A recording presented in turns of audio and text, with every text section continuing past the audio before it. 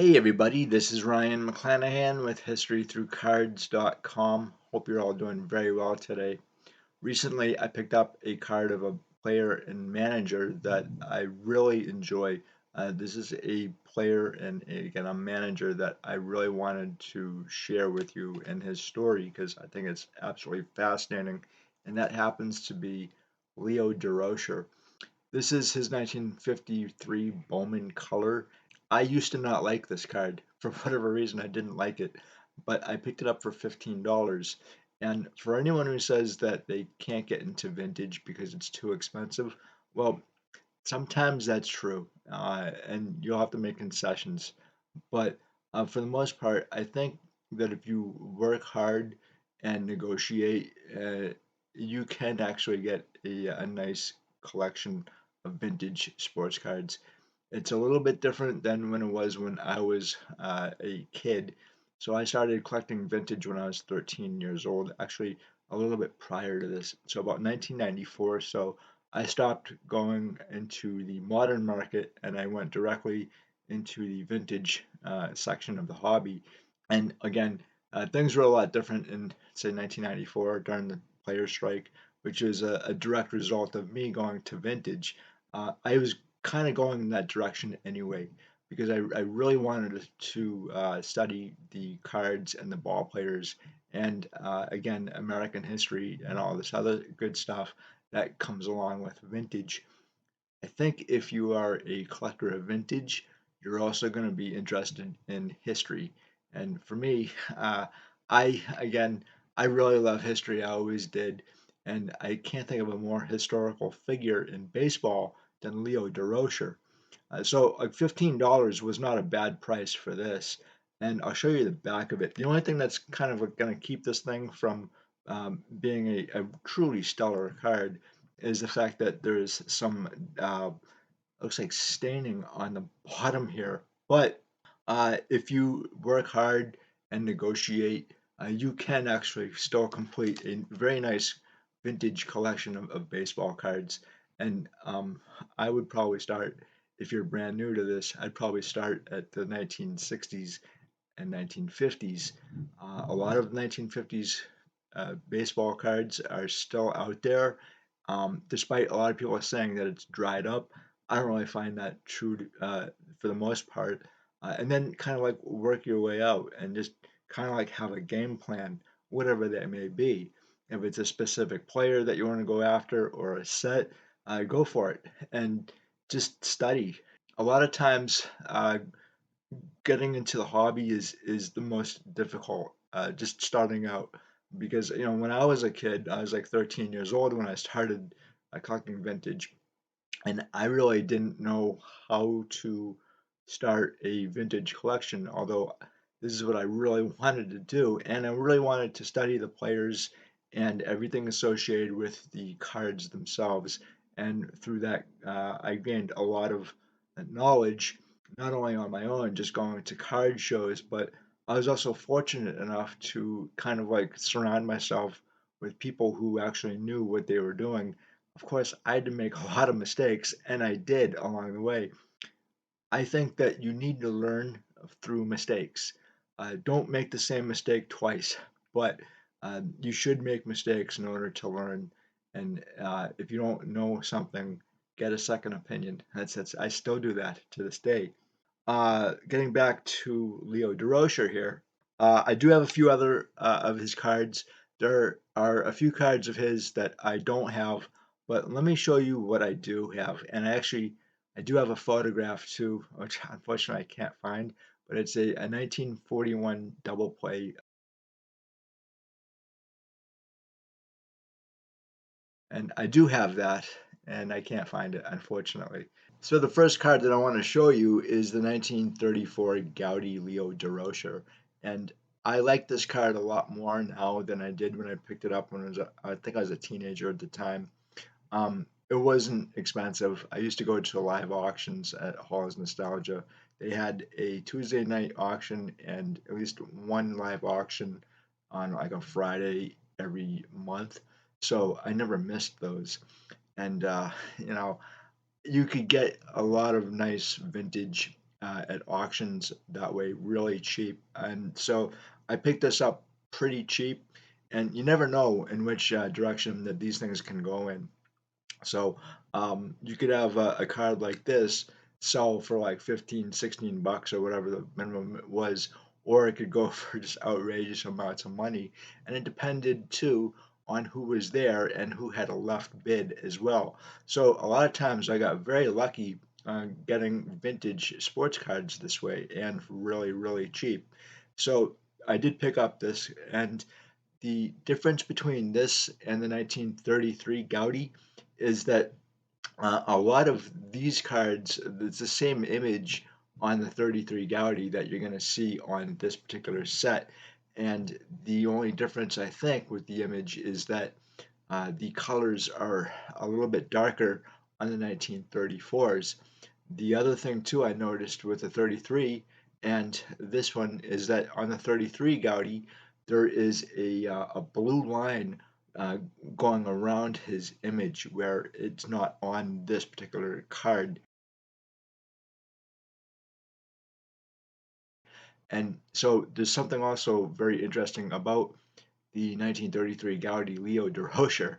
And it was actually intended to be card 106 in the 33 Gaudi set.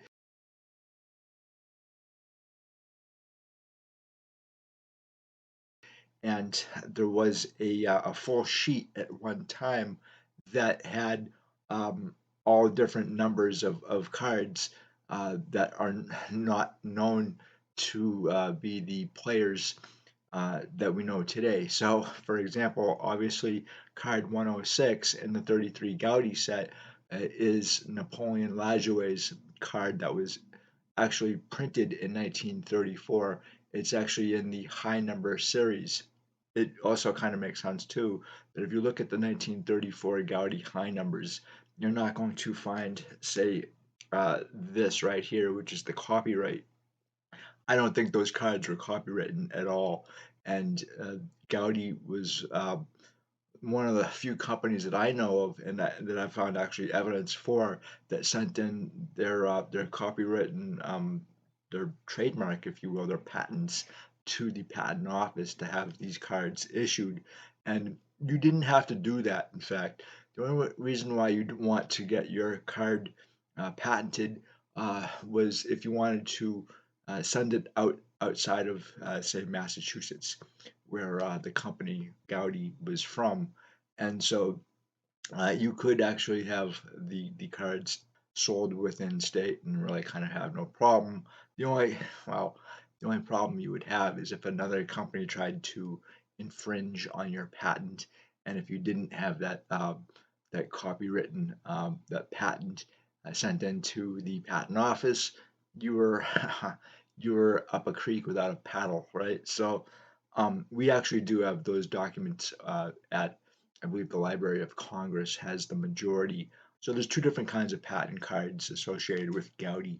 There's the actual card itself that's written out and has the name of the author, if you will, or the artist, and everything associated with a patent. But then what Gaudi had to do was they had to send in two copies of the card, and one would be sent to the office itself or the Library of Congress to keep, and the other one would be sent back to the company. I actually have a patent card, and it has correlating.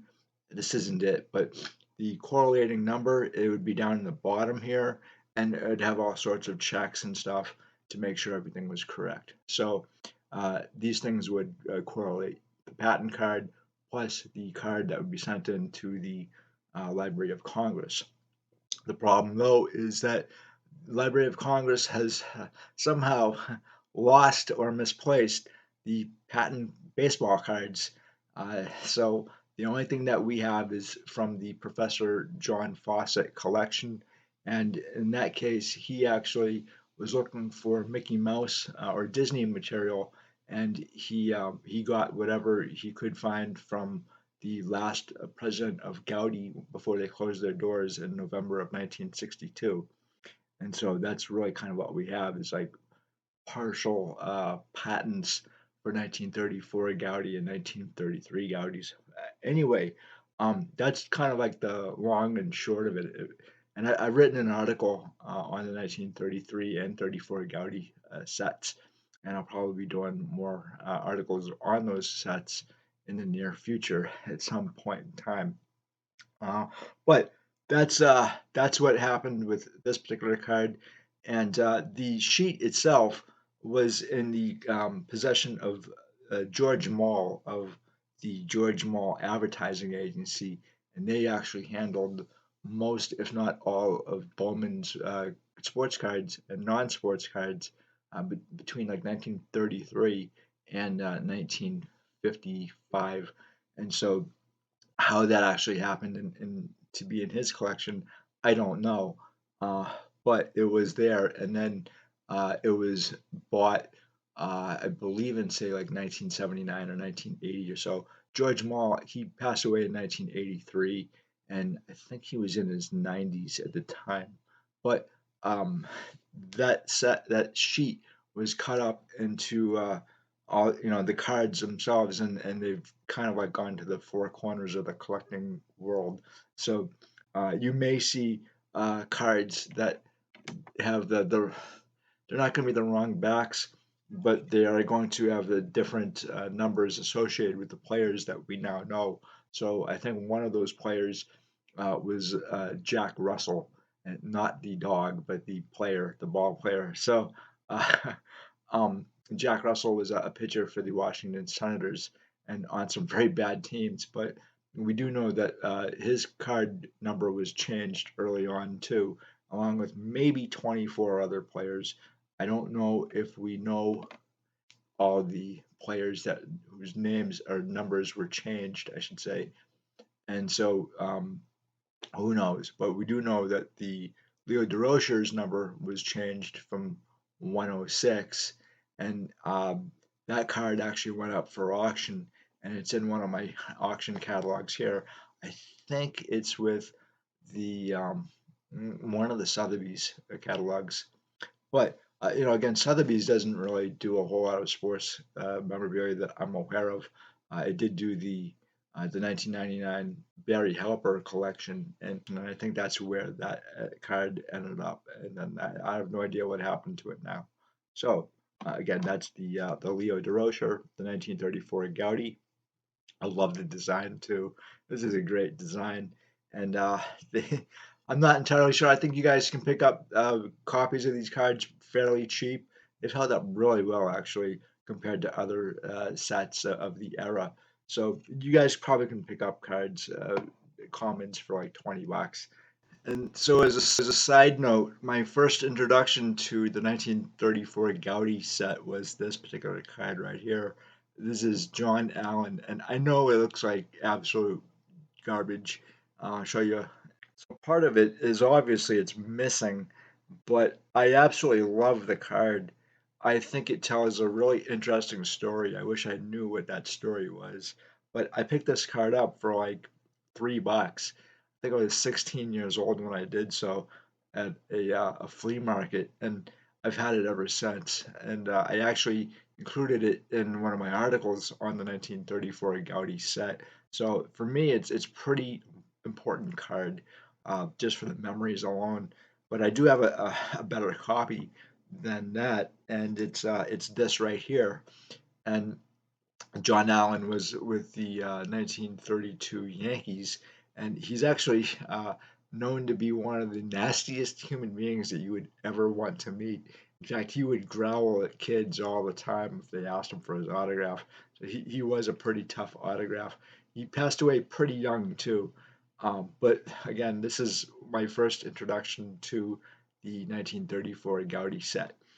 And then I've loved that set ever since. It's quite a remarkable set. Same with the 33 Gaudi, and I'll probably have another article or two on both of those sets at some point. My next card that I want to show you on Leo Durocher is this right here. I really like this card, and I like the fact that it's autographed.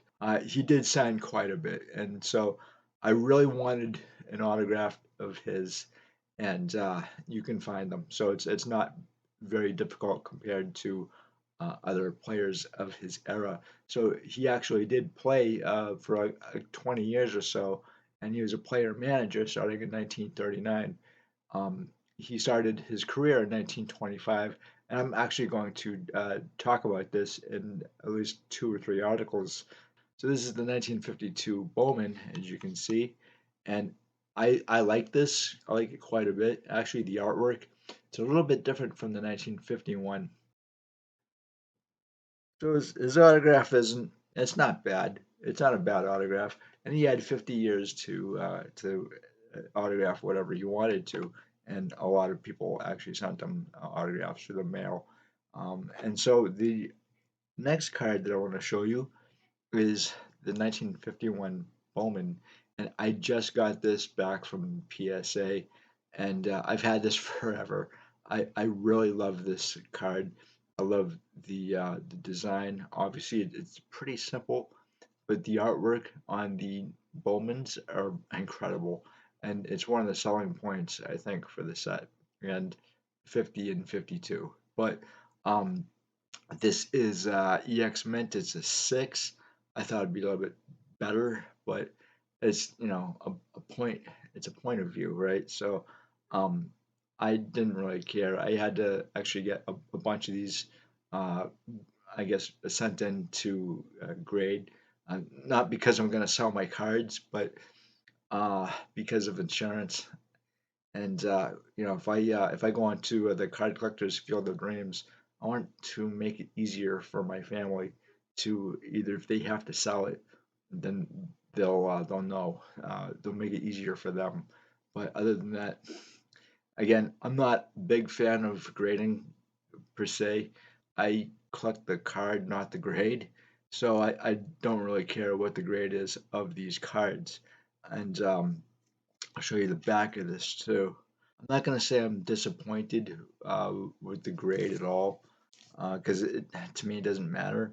But it's just the fact that I actually had to get some of these cards graded, and it is my property. So I was very nervous sending in my prized possessions, which this is one of them, to get graded because I thought maybe it would get dinged, chipped, or something would happen to the card. It could get stolen, or it could get lost in the mail, whatever the case may be. Even if you get money back, if you have it insured, okay, great. You now have to go back and buy the card, and in a lot of cases, the card is going to be purchased for a greater amount than what you may have bought it for originally. And I think I paid $20 for this. It's the principle of it, I should say. Uh, am I going to get cards graded in the future? I don't know. I might have to get a few graded, but I don't want to go out and get a card graded for no reason. But again, I really love this card. I love the artwork behind it. And Leo Durocher has a great story, which I want to share with you today. And there's some things that you might not know about, which, again, he has some books out there devoted to him and his career and life. And I think what I'm going to tell you guys is just the tip of the iceberg when it comes to Leo Durocher, the person and the player and the manager. But I think this will give you kind of a good head start, if you will, to if you want to go and learn more about Leo Durocher. I highly recommend it. He's just such a fascinating person, and he really is one of those players or managers that has transcended sports. So he's in the American lexicon, if you will. Same with Yogi Berra. Ted Williams is another guy, and you just have certain players that kind of transcend sports, and obviously he's one of them. So I did see that 42 movie about Jackie Robinson, in which Leo Durocher is kind of like a central figure in the movie. And what's kind of interesting there is that he's booted from Major League Baseball for 1947, and it's really for I think two reasons.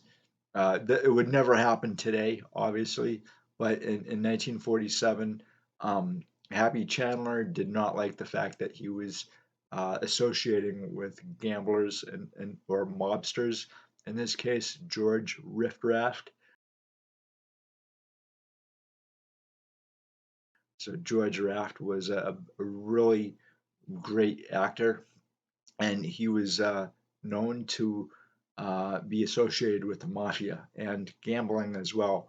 Happy Chandler thought that Leo Durocher had more of a cozy relationship with the mafia and gambling than he really liked or preferred. And obviously, you had the 1919 World Series scandal. In 1914, you got 1923, 1921, 1918. He wanted to avoid anything associated with gambling or horse racing, and it's another reason why you have Emil Fuchs having to get rid of his ball club. I should say Charles Adams had to dissolve his portion of the ownership of the Boston Braves because he also owned the Suffolk Downs racetrack as well. So Leo Durocher, he's got a lot of cards out there going into the 1960s. I believe 1969, 1970 tops. I think maybe his last card. And he's also famous for saying, "Nice guys finish last," and that's certainly true. It really is. However, a lot of his later teams finished dead last. So here we go with the articles. I think you're going to find these really interesting, and I'll catch up with you guys in a little bit. This is from the Fort Lauderdale News, Fort Lauderdale, Florida, August 6, 1925. Yankees buy him. Leo Durocher, Hartford infielder, reported promising prospect. Presenting Mr. Leo Durocher, newly purchased shortstop of the New York Yankees. He comes from Hartford Eastern League and will report at the close of that circuit season. He's 19 and a great fielder, but not so powerful with the stick. The Yankees are said to have paid around $12,000 for the tot. This is from the Salt Lake Tribune, Salt Lake City, Utah, April 10th, 1947.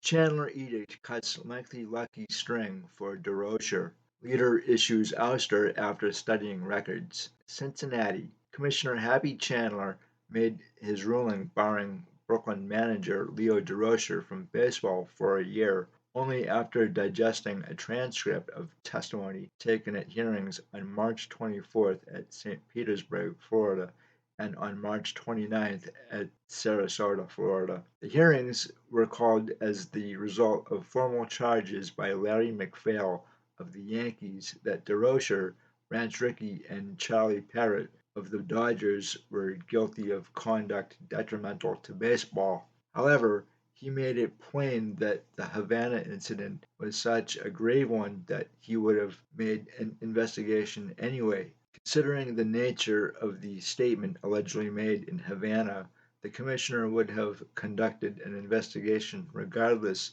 of the request of Mr. MacPhail, he said. Chandler said the evidence at the hearing, coupled with Rickey's denial that he had quote unquote made any statement which might be construed as detrimental to the character and integrity of MacPhail, cleared the Dodger president. Mr. MacPhail said that he would accept Mr. Rickey's explanation and that aspect of the affair is hereby closed, Chandler said. Regarding Dressen's suspension, Chandler said it is evident that he allowed Rickey, his former employer, to labor under the misapprehension as to what action Dressen would take with respect to his 1947 contract. Commissioner is convinced by the evidence that Dressen agreed with Rickey to remain as coach for 2 more years, although the formal contract had not been signed, he said. For this and other conduct which the commissioner believes is harmful to baseball, Dressen is hereby suspended for 30 days, Chandler stated. The $2,000 fine against each club was assessed, Chandler said, because their officials engaged in a public controversy damaging to baseball. Chandler, in a parting thrust, warned all parties involved in the feud that they were treading on thin ice.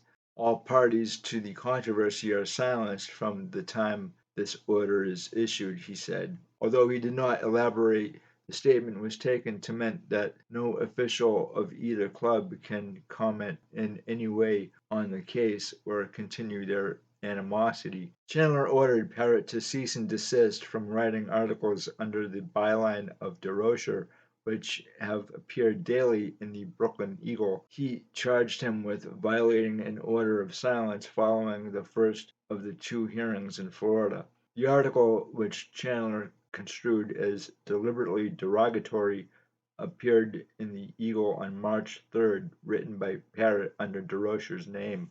MacPhail tried to drive a wedge between myself and all these things I had told dear Durocher. That was apparently what Parrott had said under Durocher's name. Said when MacPhail found I couldn't be induced to manage his Yankees for any of his inducements, he resolved to knock me and to make life as hard as possible for me. But surely people must recognize that it is the same old MacPhail. About Dressen, I cannot help but feel bitterly. He was a valuable man, yes, but he got out of Brooklyn a lot of kindness and compensation, which he will never get in Yankee Stadium.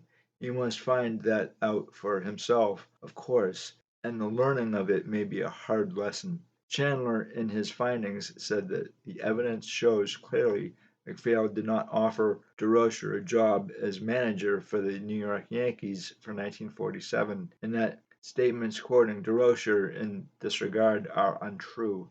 However, Chandler castigated MacPhail for refraining from announcing the signing of his manager to give Durocher an opportunity to negotiate a better contract with Rickey. This cannot be considered as an act to engender a friendly feeling between two major clubs, and the commissioner will not expect its petition in the future, he said. Baseball rules expressly provide that disputes between club owners, managers, and players are to be referred to the commissioner's office for settlement. Obviously, these two guys knew each other going back to the days when Larry MacPhail ended up having Leo Durocher as the manager of the Brooklyn Dodgers in like 1938, 1939. And Leo Durocher had said so famously about Larry MacPhail that there was a fine line between genius and insanity. And oftentimes, Larry MacPhail would dive into both and sometimes at the same time, and you could never know what part he was going to be in, a genius or an insane lunatic. And, um, and unfortunately, I think both kind of apply to Larry MacPhail, maybe at the same time. Yeah, he was a genius, but then he was also borderline not really there. And obviously, Leo Durocher said you sometimes you just couldn't tell. So that's where those two guys kind of fall into line here. And obviously, uh, Larry MacPhail, he's also a World War One veteran too, and he tried to abduct the king of Germany at the time World War One ended, and he wanted to bring him back for war crimes. And those he and I think two other guys, and they got out with their lives, but they almost got killed by POWs coming back from Germany. So that's another story for another time. I'm going to share with you another article or two about Leo Durocher that's going to encompass his entire career. And I thought this was actually really interesting, and I think you guys are going to find it fascinating too. So here are the other two articles. This is from the Albuquerque Journal, Albuquerque, New Mexico, October 11th, 1991. Leo Durocher could have taught statesmen a lesson or two, by Paul Greenberg. For a baseball fan, the news came like history closing. Durocher dead at 86. What? Leo Durocher silent? His words, like baseball shoes, had come with spikes. Nice guys finish last, he had said, walking into Bartlett's familiar quotations. Leo Durocher was wrong about that. He proved it by winding up last with the Chicago Cubs in 1966. Nobody would ever mistake Leo Ernest Durocher for a nice guy. He was a scrapper, a shortstop by instinct as well as talent. He had his victories as well. One unforgettable one with the miracle 1951 Giants.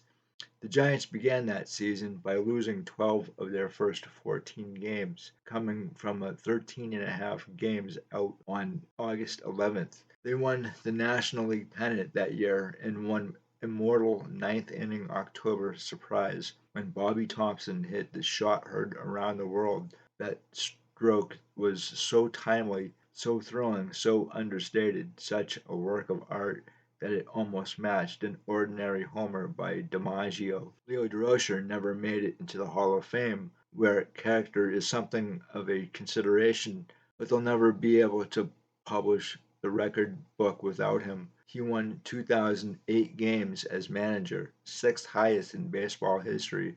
He wasn't a bad infielder, he was a magnificent hustler, and as a manager, he was a legend. In all, he fell only a little short of his own version of his exploits. Let it be recorded that in addition to his verbal skills, the man had judgment. He refused to send Willie Mays back to the minors after a slow start in the big show, for which a generation of fans would prove grateful. The lip wasn't all lip. If a great chess player is always moves ahead of his opponent, Leo Durocher was innings ahead. How to describe him? A streamlined Tommy Lasorda, a feeling Tommy Lasorda, an inhibited Miller Huggins, a less autocratic John J. McGraw, an earlier model of Eddie Stanky, a Pete Rose before his time. Close, but no comparison to others will do. Leo Durocher was one of a kind, for which umpires and baseball commissioners will never forget.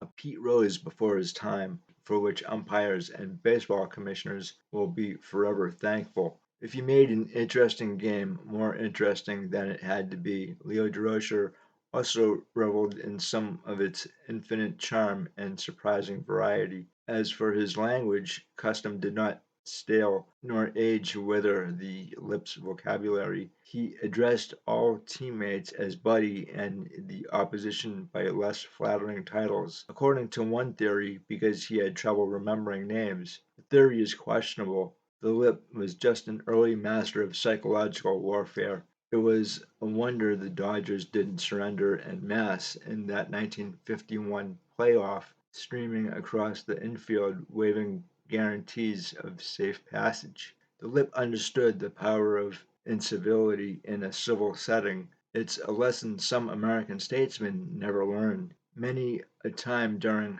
the hostage crisis with Iran, as Jimmy Carter twisted and turned in the White House like the gentleman victim he was, making a virtue of incompetence, how some of us yearned for a little management in the unpredictable style of Leo Durocher.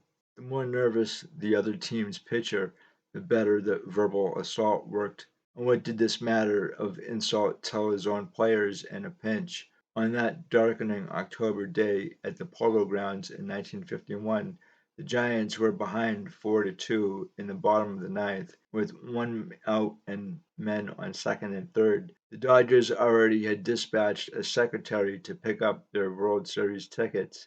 As Bobby Thompson made his way to the plate, the lip resorted to the gosh honest truth. If you ever hit one, hit it now. He did. This is from the Omaha World Herald, October 8, 1991. Leo Durocher Did It His Way by Bob Ryan of the Boston Globe. Minneapolis. When I heard that the inimitable Leo Durocher had died Monday, I thought of the commotion there must have been when he stormed through the pearly gates, bellowing that he had a reservation and the table better be good, right up front by the orchestra and not back by the kitchen. Then I realized it was far more likely that baseball's eternal bad boy had actually headed south for an even spicier confrontation. Leo was irascible to the end. Less than a week ago, a New York writer doing a 1951 retrospective on Bobby Thompson's famed home run reported that he had been unable to secure the cooperation of the 86-year-old Durocher. Leo was both New York Giants manager and third base coach on October 3rd, 1951, when baseball had its single most unforgettable and meaningful moment. "Am I getting paid?" the feisty octogenarian inquired. "No, sir." "Then forget it," rasped Leo the Lip, slamming down the phone. The sad fact is that Leo Durocher died a bitter man. He gave his soul over to baseball for more than 50 years, and it was his opinion, and that of many others, mine included, that he belonged in the Hall of Fame. But in those 50 years, Durocher stomped, not stepped on toes. He was boisterous and bloated and devious. Moreover, many believed him to be unscrupulous. He was, after all, the only manager ever suspended for a year (1947) for consorting with gamblers that Leo knew and associated with legendary members of the underworld was well documented. Leo was a fast lane guy who loved Hollywood, who became great friends with the likes of George Raft, a known mob toady, and Frank Sinatra, and who, at the peak of their respective fame, married actress Lorraine Day. And so let's talk about this for a quick second before we head off to the article again. Lorraine Day was still married by the time that Leo Durocher married her, or as it said, she had to be divorced for a year, and that wasn't the case. And so that I think really got under the skin of Happy Chandler, and it's one thing that I think the article kind of like glosses over, that he was dating a married woman, or ended up, Anyway, let's get on to this. That was all part of Leo's persona, but the undeniable fact was that he was a vital part of Major League Baseball's fabric from 1925 to 1973, and that's a heck of a run. There wasn't much question that he was born to manage. He came out of West Springfield, Massachusetts in 1906. He was a very good field no-hit shortstop who had a Yankee cameo in 1925, and who came to the bigs to stay 3 years later, where he immediately arched eyebrows all over New York by tossing insults at none other than Babe Ruth, whom he regarded as a lout when not swatting homers. Ruth retorted by calling Leo a fresh busher, and by threatening to confuse Leo with a heavy bag. Leo drifted all over the National League, and that's where he would build his reputation. He was the shortstop on the infamous Gas House Gang, the 1934 world champion Cardinals. In 1939, he was named manager of the Webbegon Dodgers, and 2 years later, he brought them home for Brooklyn's first pennant in 21 years. Baseball was everything in New York then, and Leo was in the middle of it all for the next 14 years. The suspension in 1947, his starting move a year later. Oh my God. They're looking for me. They know I stole that last baseball card real cheap too. That's what they're looking for. Baseball was everything in New York then, and Leo was in the middle of it all for the next 14 years. The suspension in 1947, his startling move a year later when he left Brooklyn at midseason and moved across the bay to New York. The 1951 miracle of Coogan's Bluff, when Leo wouldn't let the Giants quit after falling behind by 13 games on August 11th, which culminated in Thompson's historic homer off Ralph Branca, the nurturing of Willie Mays, his all-time favorite player, the pennant in 1954, and the series sweep of Cleveland. Along the way, Leo acquired his nickname of "The Lip" for a very good reason. While Connie Mack sat quietly in the dugout positioning his fielders with a subtle wave of the scorecard, sort of like Basie kicking off his band with an impeccable nod of the head, Leo would stand on top step of the dugout and instruct his pitcher to stick it in his ear. The battles with such umpires as Jocko Conlon would have occupied a night. Jesus Christ. I can't read that without being, oh my God. All right. Let's try that again. His battles with such umpires as Jocko Conlon would have occupied a nightly segment if there were such things as Sports Center. Leo was a real us versus them guy from the old school. If you played for Leo, you did not so much as grunt at the opponent in a social sense. His pitchers pitched inside, including Sal the Barber Magley, or else you took outfielders, you played hard, and you didn't whine. Leo's last hurrah was in 1969 when the Cubs of Santo and Kessinger and Beckett and Banks and Jenkins led it by 9 in August, but found themselves swept aside by a historical force known as the Miracle Mets. He lasted 4 more years as manager, bowing out in 1973 with Houston. Leo was never what you would call nice. He didn't grow old gracefully, and it cost him. A lovable guy with Leo's credentials, with Leo's contributions to baseball lore over a 5-decade period, would long ago have been enshrined in Cooperstown. But life is choices, and Leo made his. He told off the Babe, rolled the dice in Havana and Vegas, clinked the glasses with Sinatra, danced with rumbas with Lorraine Day, won a pennant in Ebbets Field, presided over the greatest comeback in sports history, burped Willie Mays, and knew that. Cooperstown plaque or no Cooperstown plaque, he had lived a life. P.S. I would have paid him. I mean, nobody's going to deny that Leo Durocher is a huge impact on baseball and baseball history and even American history as well. And there are a lot of really good books on Leo Durocher. And, the funny thing with him is that he was obviously in the Hollywood crowd and he mingled with just everybody. He knew everybody and he also knew a lot of mafia members, specifically George Raft, who I think they were roommates at one time, and that George Raft was actually gambling, and he had set up a casino or something close to that, a card, I guess a card casino. I don't even know what to call it. Rounders, that movie Rounders. It's kind of like a backdoor card game, if you will.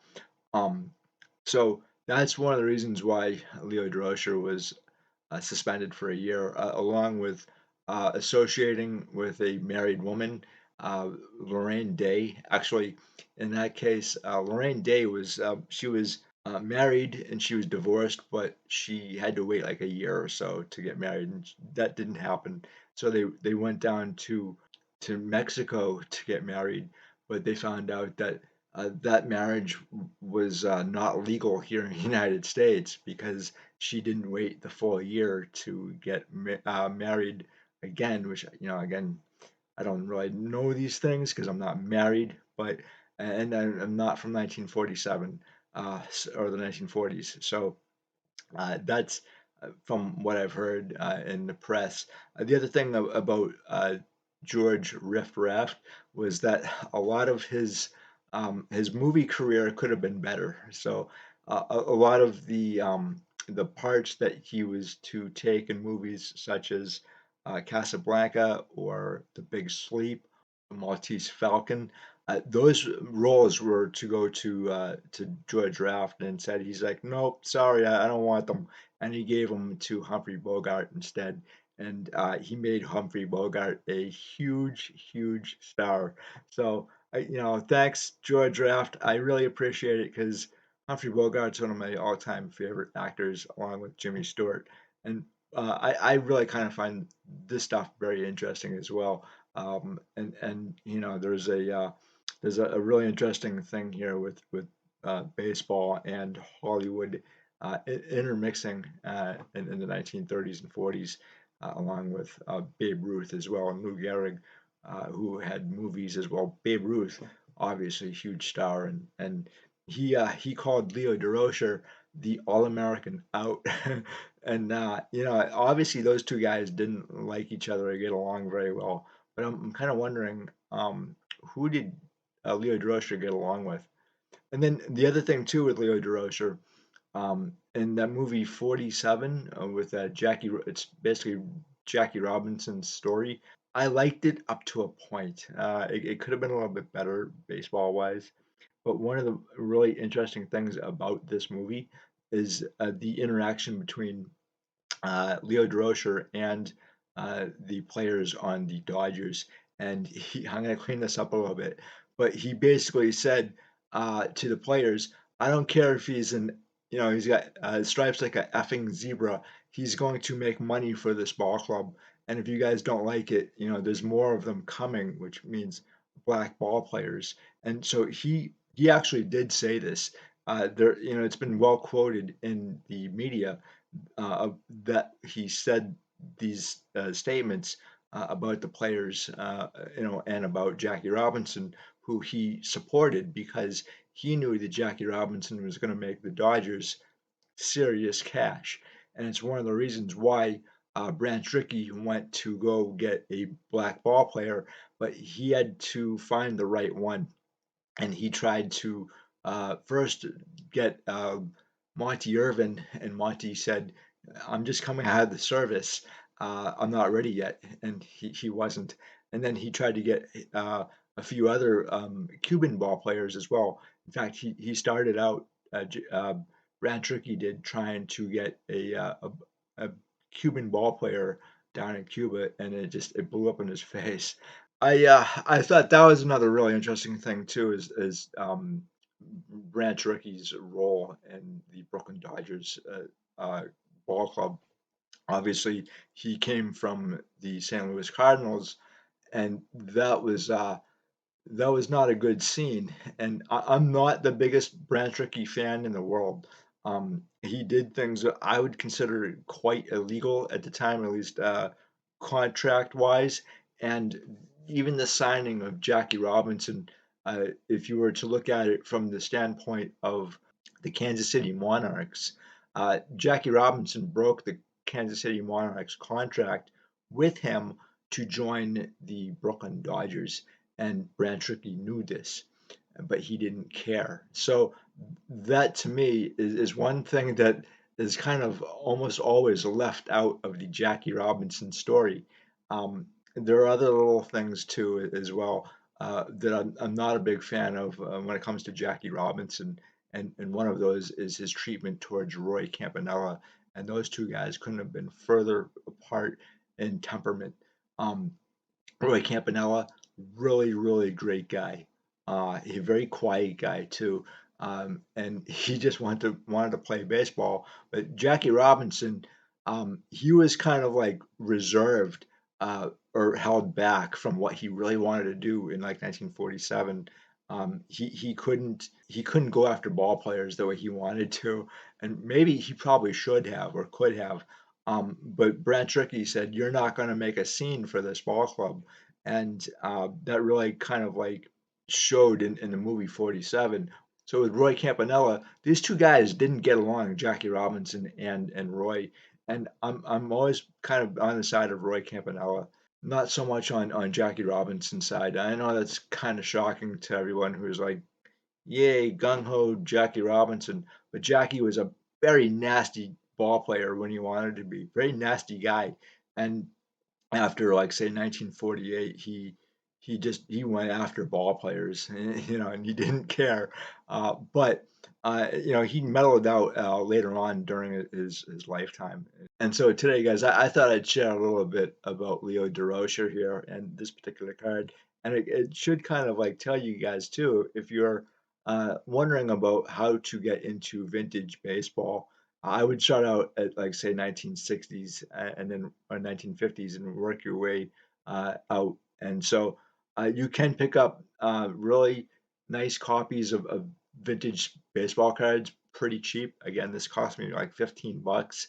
But you might have to like make some considerations on what you want. And if you're not planning on selling your collection anytime soon, there's some standing along the edge here, which again, it doesn't bother me, but it could bother somebody else. So, again, you might have to kind of like look around and see what you can find. But for the most part, 1950s baseball and 1960s baseball is plentiful. It's out there and a lot of it is cheap. You're just gonna have to do a little bit of research and kind of like have a little bit of patience too at the same time. So again, guys, thank you so much for stopping by. I greatly appreciate it as always. Let me know what you think about Leo Durocher and his career and anything else that comes to your mind. I always like to hear what you guys have to say anyway. So I will talk to you later in another video. Have a good one. Bye.